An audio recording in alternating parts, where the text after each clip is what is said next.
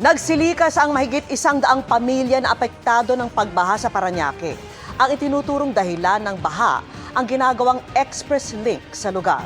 At nakatutok si Ian Cruz. Sa refrigerator na isinakay ni Cosmel Oro ang misis na si Jezabel at ibang kapitbahay nang bahain ng lugar nila sa High Street sa Moonwalk, Parañaque nitong Lunes. Nagbangka naman ang mga na-videohan ni Glenn Flores dahil sa taas ng baha kung saan nalubog ang maraming motorsiklo. Kasama sa kinailangang i-rescue ng barangay ang isang sanggol na 3 araw pa lang ang gulang. Hanggang kanina, may bahagi pa rin ang binahang compound na may malaburak na baha. Mahigit 800 pamilya ang apektado at mahigit 100 pamilya ang lumikas. Sobra po, hirap. Kasi yung sa trabaho, galing kang trabaho, yung lamok para sa mga bata, yung amoy mabaho. Sana naman po matulungan po kami lahat dito, buong history. Lahat ng napiktuhan po ng ganito pong sitwasyon dahil po dyan sa ginagawang Cavitex. Ang sinisisi ng mga residente ang ginagawang expressway link sa kanilang lugar. Grabe po talaga. Hindi papunta doon ang baha, kundi papasok lahat ang tubig. Ang ibig sabihin nun, di nahaharangan sila doon.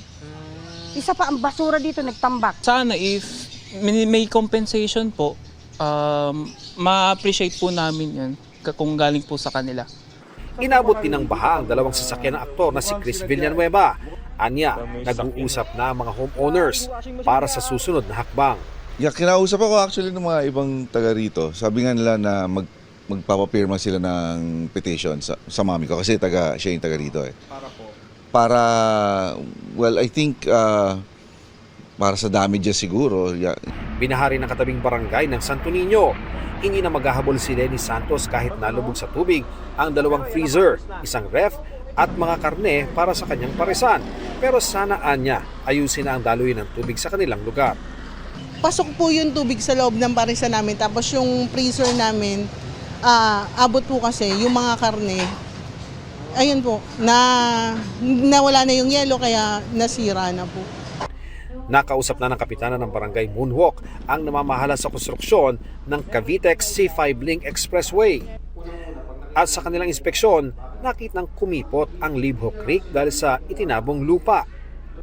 Makikita sa screenshot ng barangay sa Google Earth Map na halos mabura sa mapa ang portion ng creek na karugtong ng Dungalo River palabas ng Manila Bay. Ang ilog pa naman ang sumasalo ng mga tubig ulan mula sa katabing NAIA Complex, lungsod ng Pasay at ilan pang kalapit na lugar. Yung nilagay nila doon na tubo is yung water flow nagbara kasi may kasamang basura. That's according to them. They miscalculated yung dami ng basura. Sa isang statement, sinabi ng MPT South Corporation na gumawa sila ng pansamantalang tulay na daanan ng mga equipment para sa konstruksyon ng Cavitex C5 Link Expressway. Nilagyan ito ng 3 metrong lapad na tubo para dito muna padaluyan ang tubig ng creek, pero hindi nila kinaya dahil sa napakalaking volume ng tubig at maraming basura. Bilang tugon sa request ng local authorities, tinanggal na nila ang pansamantalang tulay at nagsagawa ng garbage cleanup.